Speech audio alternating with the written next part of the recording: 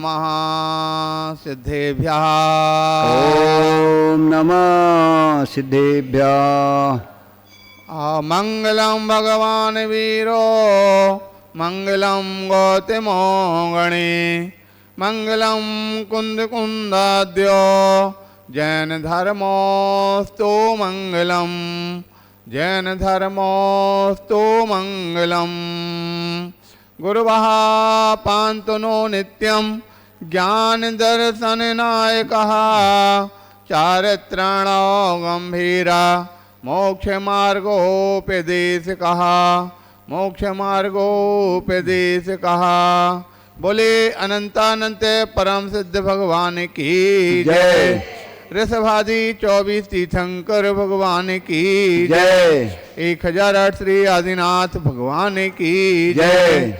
आचार्य गुरुदेव राजसाई महाराज की जय। अहिंसामय विश्व धर्म की जय। काशी विश्वेश्वर जी महाराज की जय। प्यारे बंधो, अभी आप सुन रहे थे महाराज से संतों की महिमा। अरे संतों की महिमा तो जग जाहिर है। जहाँ संत होते हैं वहाँ हर रोज दशहरा और दीपावली होते हैं। आपने सुना होगा कभी मुक्तक में कहा गया। और वास्तव में संत चाहे वर्तमान में मुनि महाराज हों और चाहे भूत में हुए तीर्थंकर हों, जब तीर्थंकर बनते हैं तो बगैर संत बने कभी बन सकते नहीं हैं। तीर्थंकर का हमने एक बार कहा था आदि और अंत और क्या है, मुनि अवस्था ही है। जब भी कोई मोक्ष मार्ग प्रारंभ अगर होता है, तीर्थंकर पद की प्राप्ति अगर शुरुआत होती है तो मुनि बन करके ही होती है और मुनियों के चरण सानिध्य में ही होती है। तीर्थंकर की प्रकृति मालूम कब होती, किसके कैसे होगी? तो शास्त्रों में उल्लेख आता है तीर्थंकर के चरण सानिध्य में, तीर्थंकर के समूह शरण में कोई जीव तीर्थंकर प्रकृति का बंध कर सकता है, उसके अलावा और कोई उपाय नहीं है। तो इससे सिद्ध है कि संतों की महिमा आदिकाल से गाई जाती आ रही है। और दूसरा हमने एक बार कहा था, आपको याद होना चाहिए, अगर तीर्थंकर भी बन जावे, तीर्थंकर केवल ज्ञान भी प्राप्त कर लें, लेकिन उनकी दिव्य ध्वनि नहीं खेल पाती। जब तक साधु नहीं होंगे, जब तक गणधर नहीं होंगे। गणधर कौन है? साधु है कि नहीं? तीर्थंकर भी संत के अभाव में अधूरे हैं। आज के दुनिया के लोग पता नहीं कैसे पागल हैं जो साधुओं को देख करके विपरीत भागते हैं। कैसा उनका सम्यक दर्शन है, कैसा उनका श्रद्धान है कि ये संतों को देख करके, अरे भाई ध्यान रखना, संत का मतलब है आप संत को उस साधु रूप में मत देखो, संत को आप नरगंथ मुद्रा के रूप में देखो। अरे भाई मूर्ति को आप दर्शन करने जाते हैं, क्या देखते हैं? क्या भगवान है? क्या मूर्ति के अंदर वो उपदेश दे रहे हैं? क्या मूर्ति तुम्हारे लिए कुछ कह रही है?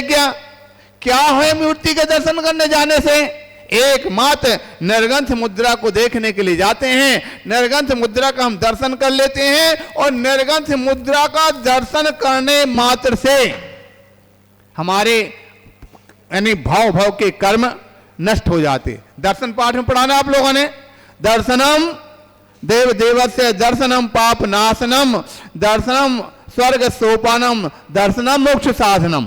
ये तो हुआ दर्शन। किसका दर्शन? तो आगे बताते हैं, बीतराग मुखम दृष्ट्वा पद्मराग समम प्रभम नेक जन्म कृतम पापम दर्शनेन विनश्यति। बीतराग मुखम दृष्ट्वा, ये शब्द आ गया ना, यानी बीतरागता का दर्शन। बीतरागता का दर्शन अगर साक्षात होता है तो मूर्ति में नहीं, संतों में होता। मूर्ति के लिए तो, हर व्यक्ति के लिए तो पत्थर है। आप किसी अनजान व्यक्ति से बात करो, बोले भगवान है, ये बीतरागता की मूर्ति है, वो क्या पत्थर का पुतला बना दिया तुमने? बोलो क्या पत्थर के पुतले से ज्यादा कुछ मानेगा क्या वो? अगर कोई छोटा बच्चा है उससे कहे मूर्ति है, ये बीतरागी हैं, भगवान हैं, वो मानेगा क्या? लेकिन संत को देख करके उनके, क्योंकि संत का जो स्वरूप है वो साक्षात है, और साक्षात को देख करके जो व्यक्ति के भावों में विशुद्धि आएगी वो असाक्षात में नहीं आती है। हम कई बार उदाहरण देते हैं, आपके दादाजी भी हैं, आपके दादाजी का फोटो भी रखा है। आप फोटो को देखकर कहा जाए तुम्हारे दादाजी हैं, कहते भी हैं। फोटो लगी आपके घर पर, कोई मिलने वाला आएगा और देख करके तुरंत कहेंगे हमारे दादाजी हैं, फोटो को देख के बोलते नहीं। लेकिन जो व्यक्ति की उस फोटो के प्रति जो आस्था भाव बनेगा कि उसकी अपेक्षा उनके दादाजी साक्षात होंगे, उनके प्रति बनेगा। समझ में आ रहा कि नहीं आ रहा? प्यारे बंधो, बीतराग मुद्रा का, सबीतरागी संतों का महिमा जो है वास्तविकता में हम अपने तन से, मन से, वचन से, तीनों से जब हम उसको अपने हृदय में बसाते हैं तभी हमारे लिए उसका लाभ प्राप्त हो पाता है। आप यहां पर बात चल रही थी, ये तीर्थंकर भगवान भी संत के अभाव में अधूरे हैं। भगवान महावीर स्वामी को केवल ज्ञान प्राप्त हुआ था, सभी को मालूम है ना? कब हुआ था केवल ज्ञान? की तिथि कौन सी है? शायद वैशाख में, वैशाख शुक्ल दशमी, वैशाख शुक्ल दशमी को हुआ था। लेकिन फिर भी उनकी देवध्वनि नहीं खिली। कब खिली? जा करके श्रावण शुक्ल एकम को। कितने दिन बाद? 2 महीने से भी ज्यादा बीत गए थे, 66 दिन बाद। श्रावण बदी एकम, श्रावण बदी, श्रावण कृष्ण एकम, कृष्ण ही तो बोल रहे भैया। श्रावण कृष्ण एकम को उनकी देवध्वनि खिरी थी, यानी 66 दिन बाद। इतने दिन तक क्यों नहीं खिरी? बोले गणधर का अभाव है, गणधर नहीं है। गणधर कहां से आए? अंत में मालूम चला सौधर्म इंद्र को चिंता हुई, वो जाकर के पहुंचा इंद्रभूति गौतम के पास। वहां जाके उन्होंने प्रश्न किया। आते हैं, मानस स्तंभ का दर्शन करते ही मान गलत होता है, और मान गलत होते ही यह संयम को धारण क्या किया? क्या उन्होंने किया था? क्या उपदेश सुन लिया था? गौतम ने किस प्रकार से एकमात्र बीतराग मुद्रा का दर्शन करके ही तो सम्यक दर्शन हुआ था। किसी ने, भगवान ने देवध्वनि तो नहीं सुना दी, भगवान ने उपदेश तो नहीं दे दिया, किसी अन्य ने कोई उनको और कुछ तो नहीं बता दिया। एकमात्र बीतराग मुद्रा का दर्शन करते ही और उसको सम्यक दर्शन प्राप्त हो गया। संत का दर्शन, अरे जब साक्षात ऐसे अधर्मी जीव के लिए जो बीतराग मुद्रा का दर्शन करके आज सम्यक दर्शन प्राप्त हो सकता, तो जो अपने आप को जैन मानने वाले हैं, क्या उनको नहीं हो सकता? हमको लगता है सबसे ज्यादा समस्या अगर होती ना, बाहर वालों से नहीं होती। सबसे ज्यादा विडंबना होती तो बाहर वालों से नहीं होती। सबसे ज्यादा अगर विवाद होंगे तो बाहर वालों से नहीं होंगे, किससे होते? आज समाज के अंदर अगर प्रकार से सबसे ज्यादा विडंबना है तो किससे? बाहर वालों से नहीं। संतों के प्रति विपरीत हो रहा है तो कोई बाहर वाले नहीं। हमको लगता अजैन लोग तो आज भी जब कहीं हम रास्ते से निकलते हैं वो कुछ भी नहीं जानते हैं, इतना मात्र जानते हैं कि ये संत हैं। इतना मान करके, इतना जान करके जब भी निकलते हैं जहां रास्ते से, वो तुरंत हाथ जोड़ लेते हैं। आप देखो जंगल के लिए जाते हैं, आप भैया लोग साथ में जाते हैं, रोज देखते हैं, जहां से निकलेंगे तुरंत हाथ जोड़ लेंगे। और अगर हो सकता कोई आगे साधन लेकर के जा रहे हैं, गाड़ी लेकर के जा रहे हैं, वाहन लेकर के जा रहे हैं, इतना कर इस साइड में हो जा, वो देखते ही तुरंत गाड़ी को साइड में कर लेंगे, तुरंत तो रुक जाएंगे। यानी कई बार तो यहां तक देखा गया कि हम लोग अगर रास्ते में जा रहे हैं, पीछे से कोई ट्रक आ रहा है, बस आ रही है, तो उनको अगर रास्ता में साइड भी दे देते कि आगे निकल जाओ, बोले नहीं, साधु के आगे नहीं निकल सकते, हम गुरु के आगे नहीं निकल सकते, और पीछे पीछे जब तक हम जाएंगे तब तक वो पीछे पीछे लेकर के कुछ ऐसे सज्जन व्यक्ति भी होते। तो यहां पर आप सभी संतों की महिमा आप सब महाराज से सुन चुके हैं। कौन थे वो? राजा सिकंदर, जिसने कई देशों को और कई दुनिया वालों को हराया, मराया और क्या क्या किया, लुटाया और लूटा। ठीक है कि नहीं? हराया भी और मराया, कितने लोगों के प्राण लिए। अंत में आकर के झुका तो कहां? वीतराग मुद्रा के सामने झुका, संत के सामने आकर के झुका। हमने एक दिन वो घटना सुनाई थी, आपको याद होगा। कौन थे? मधु, राजा मधु और शत्रुघ्न, जब युद्ध चल रहा था, दोनों तरफ से चल रहा, बाण पर बाण का प्रहार चल रहा, तलवारों पर तलवारों का प्रहार चल रहा।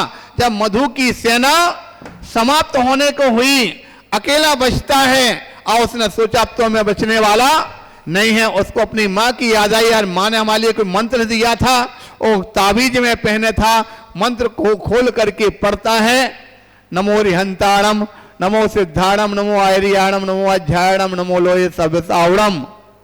इस प्रकार से सिद्धोसी, बुद्धोसी, निरंजनोसी, संसार माया परिवर्तितोसी।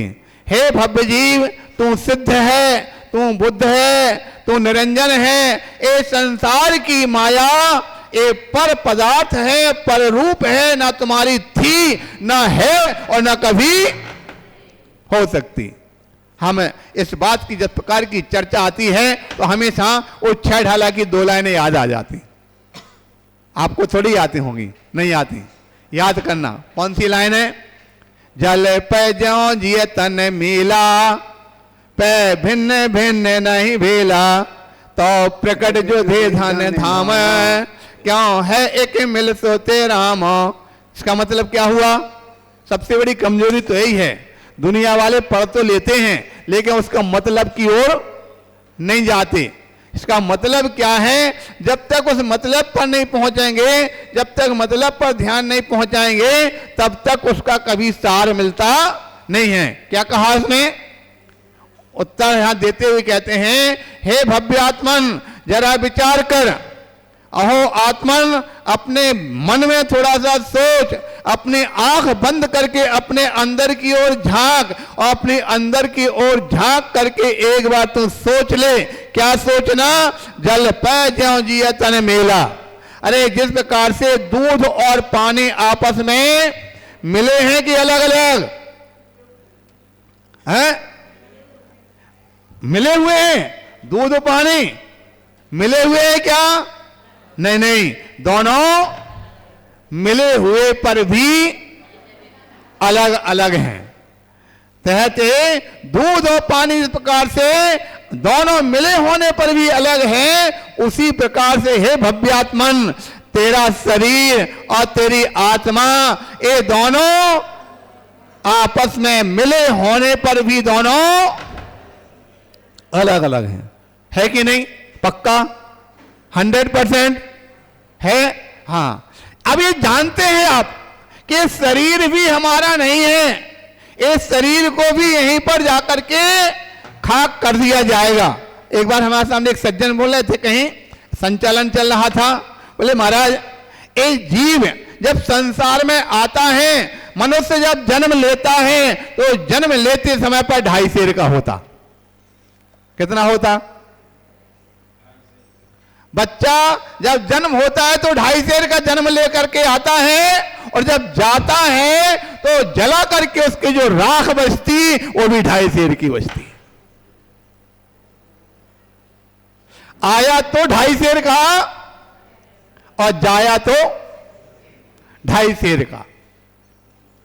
यहां पर बात चल रही है कि जब जाएगा जला करके खाक हो जाएगा। इस सब जानते हुए पर भी फिर जल पै ज्यों जिय तन मेला, तो भिन्न भिन्न नहीं भेला, तो प्रकट जो थे धन धाम, जो प्रकट में धन और धाम हमसे बिल्कुल अलग दिखाई दे रहे हैं, क्या वो तुम्हारे हो सकते? लेकिन सबसे ज्यादा अगर इंसान परेशान है तो किससे? अपने से नहीं, अपने शरीर से भी नहीं। जो कुछ करता अपने लिए नहीं, अपने शरीर के लिए भी नहीं, किसके लिए करता? पर और परिवार के लिए। जो दुनिया में हो रहा वो सब किसके लिए? पर और परिवार। इतनी बड़ी विचित्र मोह की दशा है। मोह की दशा में फंस करके प्राणी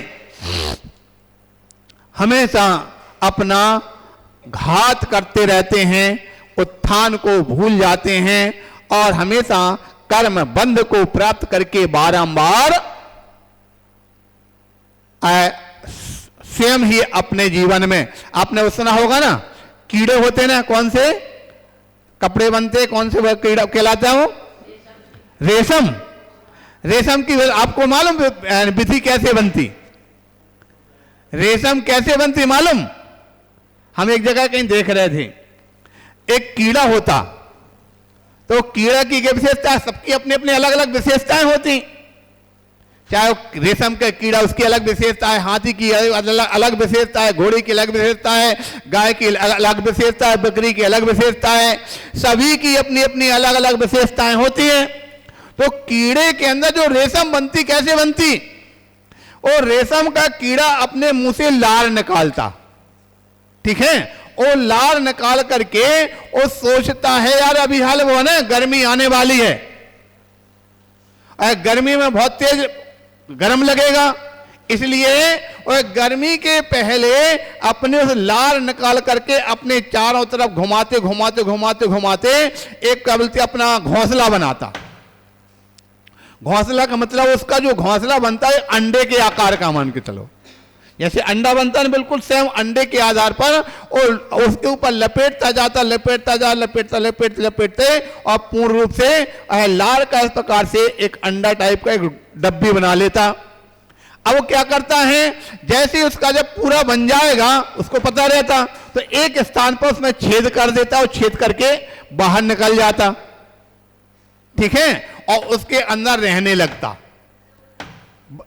बाहर निकल करके जाएगा भौरे की भांति, भौरा लकड़ी में छेद बना लेता, वो अपने उस डिब्बे में बनाता है, और निकल करके जाएगा अपना जो बस मतलब कहीं मकरंद इत्यादि चूस करके फूल की सुगंध लेकर के फिर अपने उसमें जाकर के वही जाता, उसमें रहने लगता। अब इस प्रकार से उसकी अपनी जिंदगी की प्रक्रिया तो ये है। एक इसी प्रकार से आपने एक और देखा होगा, एक कुसेरू का कीड़ा भी होता, जैसा ये बताया आपने, इसी प्रकार कुसेरू का कीड़ा पहले के समय पे आपने देखा होगा अपने मोदी जी वगैरह में, जो बीड़ी सिगरेट पीने वाले होते थे ना, तो एक गोल गोल डिब्बी रखती थी, उसमें एक साइड छेद है तो उसमें रुई भर के रखते थे, और फिर रुई निकाली और चकमक से आग लगाई और बीड़ी में लगा करके पीते थे। तो कुसेरू की डिब्बी देखी ना कैसी होती, सेम अंडे टाइप होती ना, उसमें एक साइड में छेद, वो कुसेरू का कीड़ा उसके रहता है, वो बाहर निकल के चला जाता। इसी प्रकार से जो आपके जो साड़ी की बात हमको नाम ही भूल जाता बार बार, रेशम, रेशम के कीड़े भी यही व्यवस्था है। लेकिन जो संसारी प्राणियों ने अपनी व्यापार चलाने के लिए वो कीड़ा जब तक वो अपना वो मकान बने वो घोंसला बनाता रहता और उसमें छेद नहीं कर पाता, उनको पता चल गया छेद होने वाला है, उसके पहले ही उस डिब्बी को पानी में डाल करके उबाल करके खत्म कर देते हैं। समझ आ गया?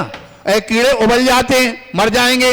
अब उसके बाद जो उसका जो तार था, लार से उन्हें बनाया था, उसको लार के तार को खींचते जाएंगे तो वो धागा बन जाता, और धागा बनने पर उसकी साड़ी बन जाती। समझ में आ गया? तो कुल मिलाकर कहने का तात्पर्य है उस कीड़े ने अपने स्वयं की भी मौत का इंतजाम, आ गया ना समझ में?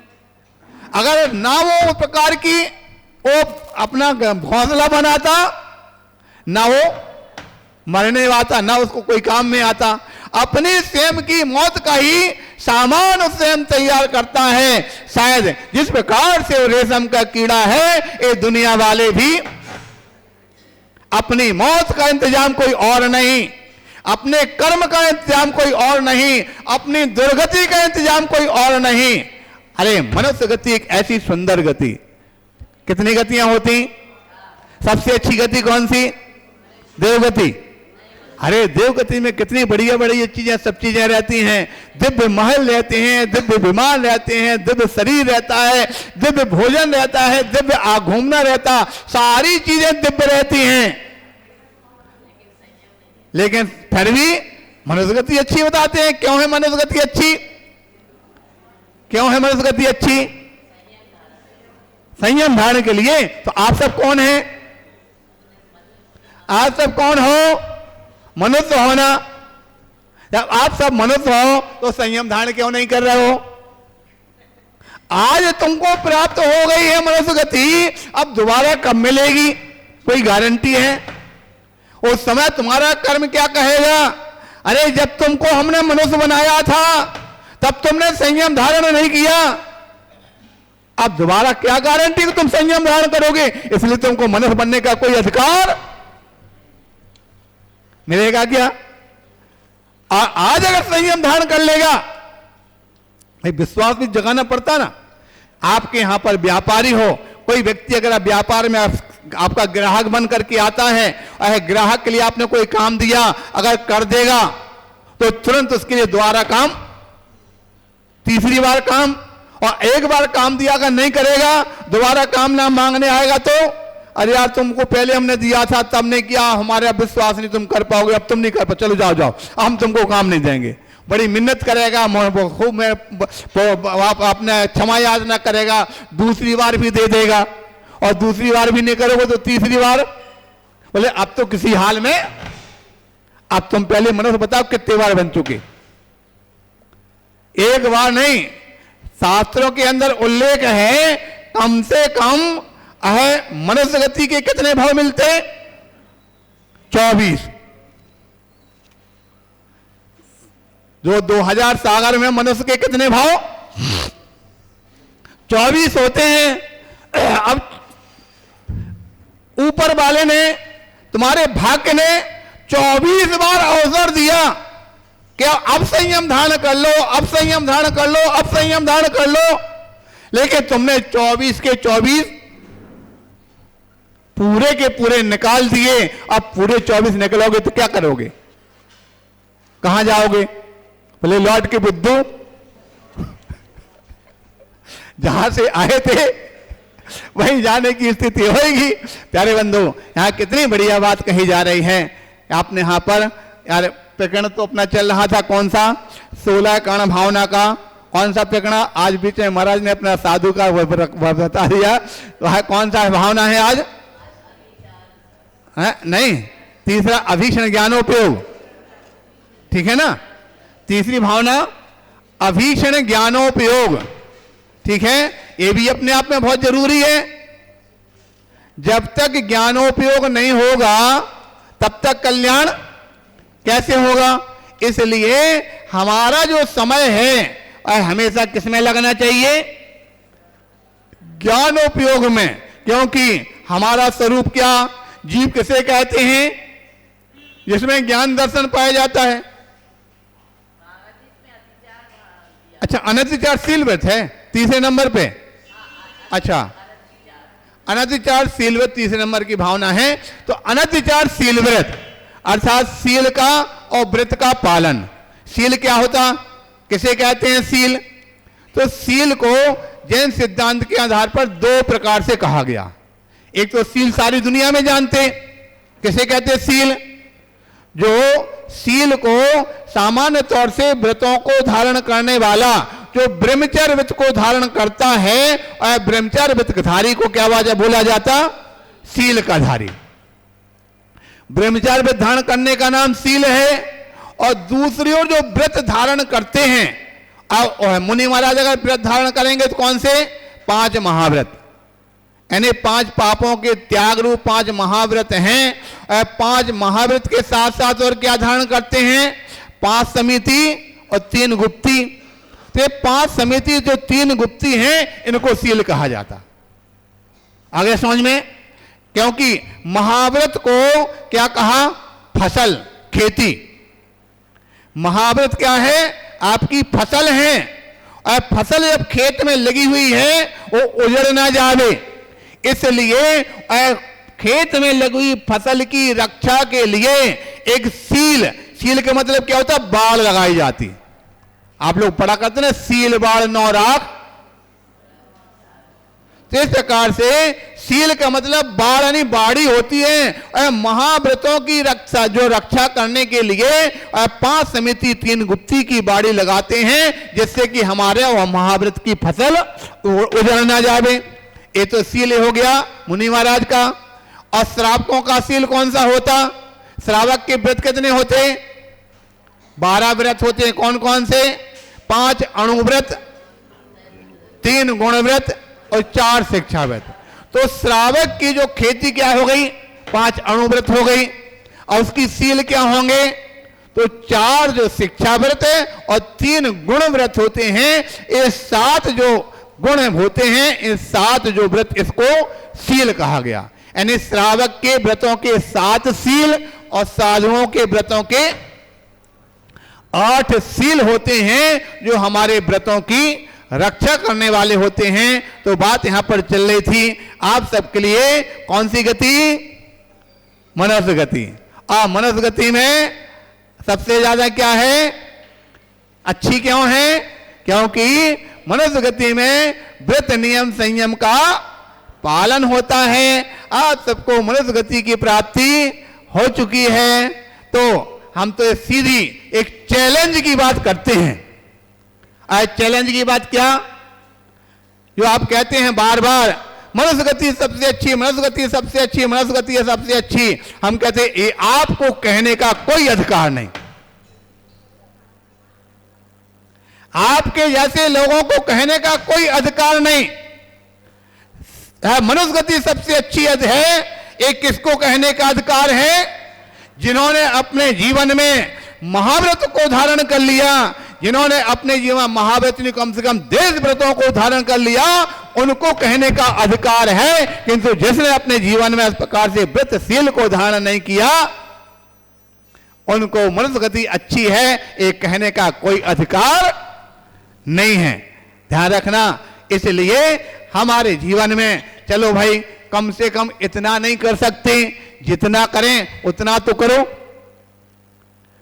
शास्त्र काट के अनुप्रेक्षा में उल्लेख आता है कि जो व्यक्ति रात्रि भोजन त्याग कर देता है, और रात्रि भोजन त्याग करने वाले के लिए साल में 6 महीने उपवास का फल प्राप्त होता। बोलो, है ना विचित्र बात? है ना विचित्र बात? मात्र रात्रि भोजन त्याग करने मात्र से साल में 6 महीने के उपवास का फल मिल गया। क्यों? क्योंकि अगर 6 महीने दिन के, 6 महीने रात के, तो रात में अगर आपने छोड़ दिया तो 6 महीना आपका भोजन नहीं हुआ, और 6 महीना भोजन नहीं, आपने त्याग पूर्वक नियम लिया तो क्या हुआ? बोलो, उपवास बन हो गया कि नहीं हो गया? रात्रि भोजन त्याग करने मात्र से 6 महीने के उपवास का फल प्राप्त हो जाता है, लेकिन फिर भी रात का भोजन नहीं छोड़ पाते। अरे भाई चलो रात का भोजन नहीं छोड़ते हैं, कम से कम अभक्ष का त्याग तो कर दो। सभी जानते हैं आलू के जो एक सुई की तो नोक के बराबर एक टुकड़े में कितने जीव होते? असंख्यात नहीं, अनंत। सुई की नोक के बराबर टुकड़े में अनंत जीव होते हैं, और अनंत जीवों का घात जब एक सुई की नोक के बराबर टुकड़े में है, तो आप तो जब खाने के लिए बैठते हो कितना बड़ा खाते हैं। इस बात को लेकर हमको एक बार घटना याद आई। एक बार क्या हुआ, एक स्थान पर राजा था, और राजा शराब पीने का आदी था। शराब पीने का आदी था, और उसको कई बार लोगों ने छोड़ने की कोशिश की और चिढ़ और जाता था। होता भी यही है जो व्यक्ति जिस चीज का आदी हो उसको अगर छुड़ाने की बात करो तो कितना वो अच्छी शिक्षा दो, अच्छी शिक्षा उसको बुरी अच्छी नहीं लगेगी, बल्कि चढ़ करके दूर और भाग जाएगा, उसके पास भी नहीं बैठेगा और चढ़ गया। फिर अंत में तो एक जो पंडित जी उसके बड़े यानी कहते जैसा वो चाहता था वैसा उपदेश देता था, तो उसने निश्चित कर दिया, पंडित जी को रोज उपदेश करने के लिए बुलाने लगे। पंडित जी रोजाना उनको साथ सुनाते, उपदेश करते, प्रवचन करते, सब सुनाते और वो सुनता था। इत्तेफाक से एक बार समय उत्पन्न हुआ कि पंडित जी को कहीं बाहर जाना पड़ा। जब पंडित जी बाहर गए तो क्या करना चाहिए, तो उन्होंने अपने बेटे को भेज दिया। जब बेटा वहां पर स्वाध्याय करने के लिए पहुंचा, उपदेश सुनाने के लिए पहुंचा, तो बेटे ने जो शास्त्र में लिखा था वही बोल दिया। बोले साहब भाई, सबसे ज्यादा व्यक्ति के लिए खराब करने वाले हैं, जिंदगी बिगाड़ने वाले तो व्यसन सबसे ज्यादा बिगाड़ते हैं। व्यसन कौन से होते हैं, तो व्यसन में सबसे ज्यादा का खराब होता है तो शराब व्यसन होता है। और जो शराब की एक बूंद भी ग्रहण करता है उसको नरक की प्राप्ति होती है। इतना सुनते ही राजा बिचक गया। बोलिए शराब की बूंद पीने में, एक बूंद पीने में नरक जाता है। बोले आज तक तेरा पिता इतने दिन तक पढ़ता रहा, उसने आज तक नहीं बताया, तूने इस प्रकार से कैसे बताया। और गुस्से में आकर जाओ इसको इसी वक्त काल कोठरी में बंद कर दो। और पंडित जी काल का हो क्या हुआ हाल, काल कोठरी में बंद हो गए। बेचारे गए तो थे उपदेश देने के लिए, ऊपर से काल कोठरी में बंद हो गए। शाम को जाओ के पिताजी आए, बोले क्या भाई कहाँ है, बेटा कहाँ गया। अरे बोले बेटा को तुमने क्या पढ़े स्वाध्याय करने भेज दिया, उसको तो कहते राजा ने काल कोठरी में बंद कर दिया। बोले अच्छा क्यों, क्या हुआ। बोले उसने कह दिया कि जो शराब की एक बूंद भी पीता है वो नरक जाता है। और राजा भड़क गया। उसने अच्छा ऐसी बात है, कोई बात नहीं। सुबह से जाकर वो पंडित जी पहुंचते हैं स्वाध्याय करने के लिए। बैठे तो पहले बैठते ही आया राजा ने कहा रे तुम कैसा पंडित भेज दिया पढ़ने के लिए। वो कहता था कि जो शराब की एक बूंद भी पीता वो नरक जाता है। बोले हुजूर बस यही तो सबसे बड़ी समझ की बात है, इस समझने समझाने की सबसे बड़ी समस्या है। वो आपको समझा नहीं पाए और आप समझ नहीं पाए। बोले क्या समझा नहीं पाए, समझ नहीं पाए। बोले भाई आप जो पीते हैं उसमें क्या बोला था, जो एक बूंद पिए शराब की पीता है वो सीधा नरक जाता है। आपने क्या कभी एक बूंद पी, कितनी पीते हो, पूरी बोतल पीते हैं। तो भाई जो एक बूंद पिए वो नरक जाए, जो पूरी बोतल पिए वो थोड़ी जाए। समझ में आ गया कि नहीं आ गया। और राजा खुश हो जाता, बोले हाँ ये ठीक है, इसको बहुत अच्छा मांगने वरदान क्या मांगना। बोले हुजूर हमारा बेटा जो काल कोठरी में बंद कर दिया उसको निकाल दो, हमें तो यही वरदान सबसे बड़ा है। समझ में आ गया। शायद दुनिया वालों के लिए अच्छी बात अगर बताई जाए तो वो चारों काल कोठरी में बंद कर दिया, और मन की बात कह दिया तो मुंह मांगा वरदान मिलने लगा। खैर जो भी हो, सहा कथन किया अभीक्ष क्या बोलते सील व्रत अनतिचारों, यानी सील और व्रत का जो पालन करते हैं उसमें भी अनतिचार, अतिचार भी नहीं लगना चाहिए।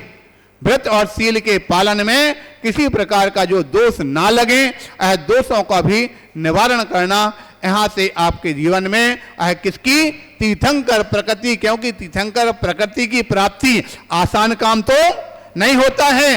विश्व के अंदर और सभी प्रकार के जीवनों के अंदर सबसे अगर कोई श्रेष्ठ पद होता है तो तीर्थंकर का पद होता है। और तीर्थंकर का पद ऐसी सहज रूप में मिल जाए,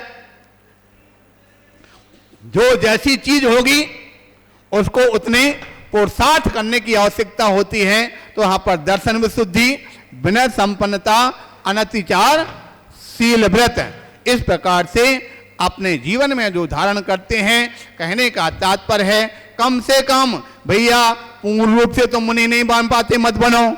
तुम देशव्रती नहीं बन पाते मत बनो, कम से कम रात्रि भोजन का त्याग तो कर दो। अगर उतने में भी काम नहीं चल पाता, वो भी नहीं कर पाते हो, तो कम से कम अभक्ष का त्याग तो, अभक्ष में मध्यमास मधु, पंच उदम्बर फल, और इसके अलावा जो अभक्ष यानी गृणंत इत्यादि चीज जो अनंत कायक वो जो भी वस्तुएं हैं, कम से कम इनका ही त्याग कर दोगे तो भी तुम्हारे इस जीवन की सार्थकता हो जाएगी कि आपने अपने जीवन में कुछ ना कुछ व्रत नियम तो लिया है। थोड़ा सा भी अगर आप काम करके दिखा दोगे तो द्वारा भविष्य में इस मनुष्य गति की प्राप्ति ऊपर वाला कर्म तुम्हारा दे सकता है, किंतु ये भी नहीं किया तो भविष्य में कर्म करेगा, कहां जाना? बोले जा, तूने जिंदगी में मनुष्य गति पाकर कुछ नहीं किया, चला जाना रखना। इस प्रकार से अपने अनतिचारशील व्रतों की ओर बढ़ना तीर्थंकर प्रकृति का जो कारण है उसको प्राप्त करना, तुम्हारा जीवन सार्थकता होगा। बोले 1008 श्री आदिनाथ भगवान की। अभी बात चल रही थी, यहाँ पर लोगों को शायद मन नहीं लगता, कोई अपने डॉक्टरों के पास भाग रहे हैं, कोई अपने जो क्या बोलते हैं विचार कराने वाले, एक्यूपेशन कराने वाले, उनके पास भाग रहे हैं। तो हमारे सोचना है कि अपने यहाँ पर 10 दिन का जो है योग शिविर, आरोग्य लाभ के लिए योग शिविर यहाँ इसी समय पर आधा घंटे के लिए पहले उछले, उसके बाद फिर प्रवचन करें, सब जगह लोगों को सूचित कर दें। कब, कितनी तारीख से? 15 तारीख से। आज कितनी 12 हो गई, 15 तारीख से अपन कौन सा दिन रहेगा? अच्छा, 15 अगस्त को भी तो कोई दिक्कत थोड़ी है, हैं? शुक्रवार को ठीक है, क्या दिक्कत? आगे फिर अगला दिन बढ़ जाएगा, शनिवार को 15, 16 तारीख से करना। 16 तारीख से ठीक है, 15 से सही है, 15 अगस्त को ठीक है। 15 अगस्त को, उस 15 अगस्त में अपना जो राष्ट्र के नाम संदेश और उसका प्रवचन भी उसी समय होगा। तो सभी का समय का ध्यान रखना पड़ेगा। कितने बजे? 8:30 का, ठीक है। 8:30 बजे यहाँ पर उपस्थित होकर के और उस कार्यक्रम को अपना शामिल करेंगे और उसमें भाग लेंगे। तो यानी योग आरोग्य शिविर, आरोग्य के लिए योग की प्राप्ति, आरोग्य कैसे प्राप्त हो हमारे लिए, इस प्रकार के शिविर को अपन को यहाँ पर शामिल होकर के सभी को सूचित करना है। क्योंकि सारी दुनिया में कोई तन दुखी, कोई मन दुखी, कोई धन दुखी, तो यहाँ पर आजकल धन दुखी कम नजर आते हैं, तन दुखी और मन दुखी ज्यादा नजर आते हैं। उन सबको आमंत्रण करके ऐसा यहाँ पर शिविर इत्यादि को अपन रखेंगे, सबको बुलाएंगे। और यहाँ पर हमारे महाराज बोले चंदन षष्ठी विधान 14 तारीख को आपके द्वारा जो जाने अनजाने लगे दोष, उन दोषों का निवारण करने के लिए चंदन षष्ठी विधान, चाहे वो पुरुष वर्ग हो चाहे महिला वर्ग हो, सभी के लिए चंदन षष्ठी विधान में बैठ करके अपने दोषों का निवारण करना और भगवान के सामने अपनी क्षमा याचना करना, इस प्रकार से जानना चाहिए। विश्वसाई महाराज की। ठीक है, सब लोग पर अच्छा लगा प्रवचन आज का, कितना इकट्ठा कर लो, यही छोड़ के जाना है, ठीक है ना। अपने अच्छे काम कर रहे हैं, मोदी सरकार, अपनी झांझरी जी, पूरी कमेटी के लोग कितना प्रयास कर संत निवास बना रहे हैं। संत निवास मांगलिक भवन बन रहा है, कितनी मेहनत लग रही है। कल देखे थे पूरे दिन आप लोग तो घर बैठ जाते, लेकिन 2-3 लोग 4 लोग पिछले कितनी मेहनत करके संत निवास बना रहे। हम देखते हैं दिन में 2 बजे आए तो बैठे मिलेंगे, रात को 9 बजे आए तो बैठे मिलेंगे। कल छठ टल रही थी, बहुत मेहनत करी, तो अच्छा है। हाँ, मेहनत करते चलेंगे, चलाने सी कर लेते हैं। चारानी के ज्ञान से सोचे लोकालोक, सेवानी मस्तक धरू सताते तुहु ढोक, तेल बचो अरिहंत को कुर सेवा निर्ग्रंथ, तया धर्म पालो सता यही मोक्ष कर्म। कैसे बोलो?